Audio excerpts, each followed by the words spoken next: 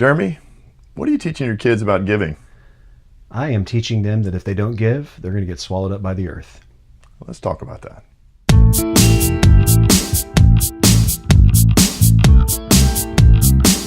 Hey everybody, my name is Scott Vermillion and this is Jeremy Sylestine, and we are talking to you about the spiritual practices for families. And one of the things that we can be prone to do in ministry is to talk about spiritual practices from adult-only view or even a sort of a radical view that only the few really super committed people can do. And we want to bust that all up. We think that spiritual practices should be embedded in the family life. And so we're talking about that. And today, Jeremy was leading the conversation on giving. So Jeremy, tell us a little bit about your thoughts about giving and what were you thinking about in terms of making this a spiritual practice for us? Well, I think it's full of little subtopics, but we broke it down today into finances, hospitality, and service. Okay, those are really good topics. Tell us, when it comes to finances, and we're thinking about us as kids or with family, and how do you talk about finances in a way that kids kind of get? Well, we determined in the class discussion it was kind of hard to do that because money is such an abstract thing these days. Yeah. So I do a lot with my credit card that my kids don't see in terms of giving. So we're trying to work on ways to help them understand what that means. And you hope Molly doesn't see either. Is that part of that? Well, I mean, she's she's kind of the boss of everything, so she knows. She knows. Okay, we're good. But we did say that one way we could do that for our kids is maybe let them take physical money and buy things to give away. Like for Harvey relief, not just donating supplies through a website, but going to Home Depot and filling up a bag full of things that are going to people in Houston who are affected. Or in church by taking a dollar bill, a quarter, or whatever, and dropping it in the offering basket. That, the tangibility of that for kids. I mean, it's good for adults too, but for kids to do that, I think that's such a great practice. Right. Because they come alive. They actually understand. There's not the mental gymnastics they have to go through. So that's really huge. Yeah, I just think it might depend on the age too. For instance, my 2-year-old, who has no idea what money is going to not care about throwing a dollar into the offering basket. Right. But my 6-year-old, who understands that could buy something, it's going to mean something to her. And right. That I think that's a pretty important practice. Yeah. Well, what else? Tell us how else you were leading kids and thinking about how to lead kids in giving.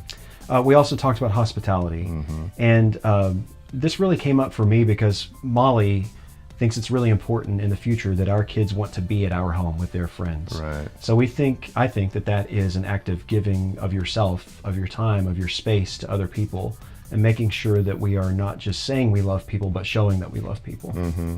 And how do you talk about hospitality as a form of giving?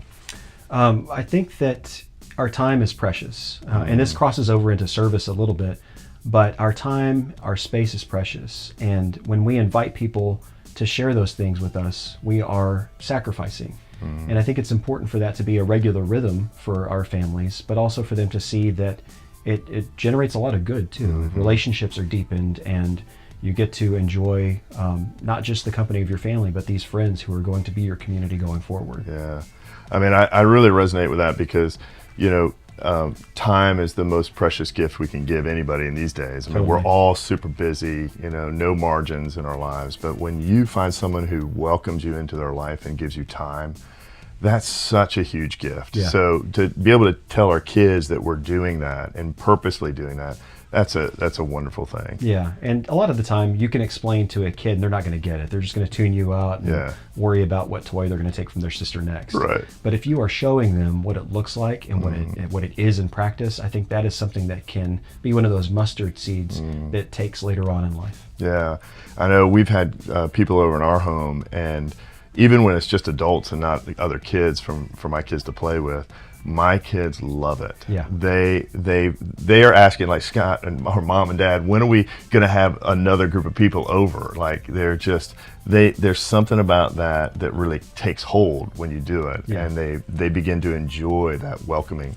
thing. So that's really cool. Yeah, and we asked the group today who finds that they have the gift and who does not. I think that even if you don't, that's something that you can cultivate over time and really grow into. You can become a good host even if you think you aren't right now. There you go. So it's not just a gift, it's a skill we can all develop. Very true. I love it. Well, tell us a little bit about service and how we can begin to make service a regular practice in our life. I think that service crosses over quite a bit with finances. So there was a lot of, I'd say, cross-pollination with that.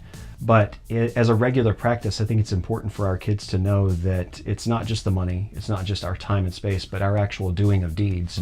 My favorite book in the New Testament is James, and it's all about getting out there and doing something.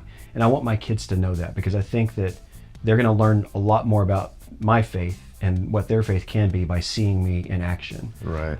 So it's not just in the context of serving in the community, which is very important. They should see us doing those things. They should participate with us doing those things, but also in the home.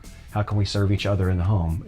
How can doing the dishes, doing the laundry, how can that be an act of service that shows the love of God through me toward my wife? Right. And I want them to be able to say that was important to me. Yeah, that modeling of us serving one another, I think that's a big challenge, because there's at some point there's a fairness gene that kicks in for kids, and like, wait a second, I'm serving her or him a lot more than they're serving me, and they're like evaluating it all. But when you can obliterate that and to say that's not who we are as a family, we serve one another. If someone's in need, we serve.